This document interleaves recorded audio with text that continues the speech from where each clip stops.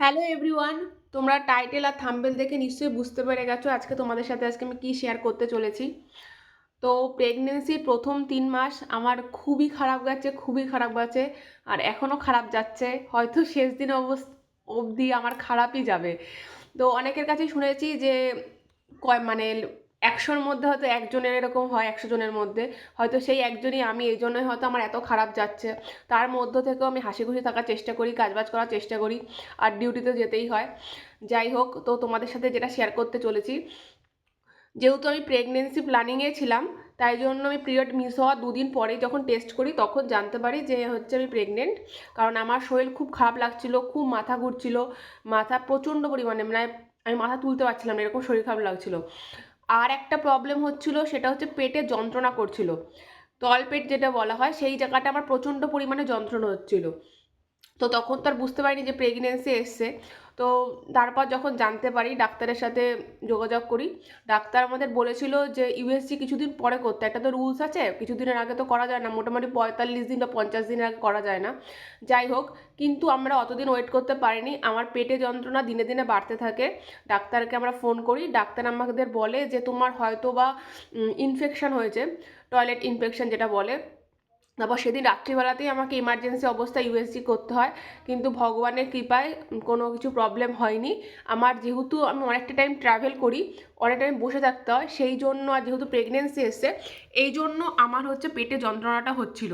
পরে অনেকের কাছে শুনতে পারি, মানে যেহেতু আমার যাদের কলিগ আছে আমাদের, যে অনেকেরই নাকি যারা ট্রাভেল করে এরকম বসে থাকে, তাদের অনেকেরই প্রেগনেন্সির প্রথমে ব্যথা হয়েছিল, কিন্তু আমি তো আগে জানতাম না, তাই ভয় পাওয়াটা স্বাভাবিক।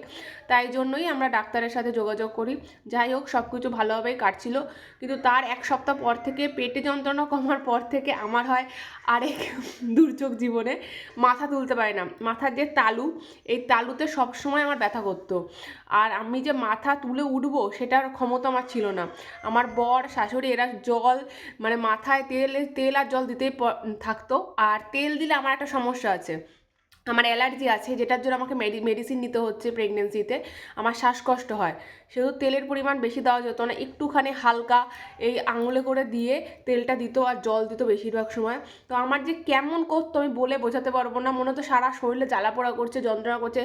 এদিকে ডাক্তারের সাথে কথা বললে, কোনো রিপোর্ট করলে কোনো প্রবলেম দেখা দিচ্ছিল না, কিন্তু আমার এটা হচ্ছিল। তখন আশেপাশে সবাই এটাই বলে যে হয়তো আমার এটাই সিমটম, যে আমার শরীর এত খারাপ। আর আমি একটুও খাবার খেতে পারছিলাম না, কোনো রকম জল আর ভাতের গন্ধ নিতে পারছিলাম না, জিরের গন্ধ নিতে পারছিলাম না, কোনো সবজির গন্ধ নিতে পারছিলাম না। এতটা পরিমাণে কষ্ট কেটেছে।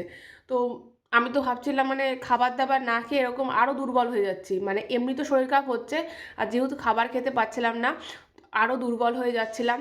তারপরে আমার একটা প্রবলেম দেখা যায় 8 সপ্তাহ পরে। সেই প্রবলেমটা নিয়ে একদিন তোমাদেরকে বলবো, কি প্রবলেম হয়েছিল আর কেন হয়েছিল, সেটা পরে ডিসকাস করে দেবো।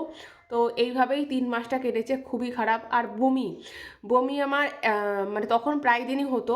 আমাকে ডাক্তার একটা মেডিসিন দিয়েছিল, যেটা মাথা ঘোরা আর বমির জন্য।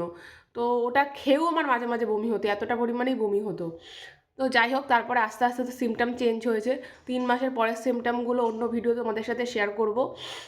আর তোমাদের কার কত মাস প্রেগনেন্সি চলছে সেটা অবশ্যই জানিও। আর একটা কথা, যেহেতু আমি জার্নি করি, এটা কিন্তু একটা প্রচুর খারাপ, মানে হচ্ছে প্রেগনেন্সিতে, কিন্তু জেনেও আমার কিছু করার ছিল না। কারণ যেহেতু আমাদের ডিউটি শিডিউলে এখন নিউ জব, আমার সেরকম পরিমাণে ছুটি জমেনি। তো মেটার্নিটি রিলিভ তো পরে নেব, তো সেই জন্য তো ওয়েট করতেই হবে। এইভাবে জার্নি করেও অনেকটা পরিমাণে ক্ষতি হয়েছিল। যাই হোক, তারপরে ডাক্তার মেডিসিন দেয় ওই জার্নির জন্য। মেডিসিন আমার এখনও চলছে, জার্নির জন্য মেডিসিন আমার হয়তো শেষ অবধিই চলবে।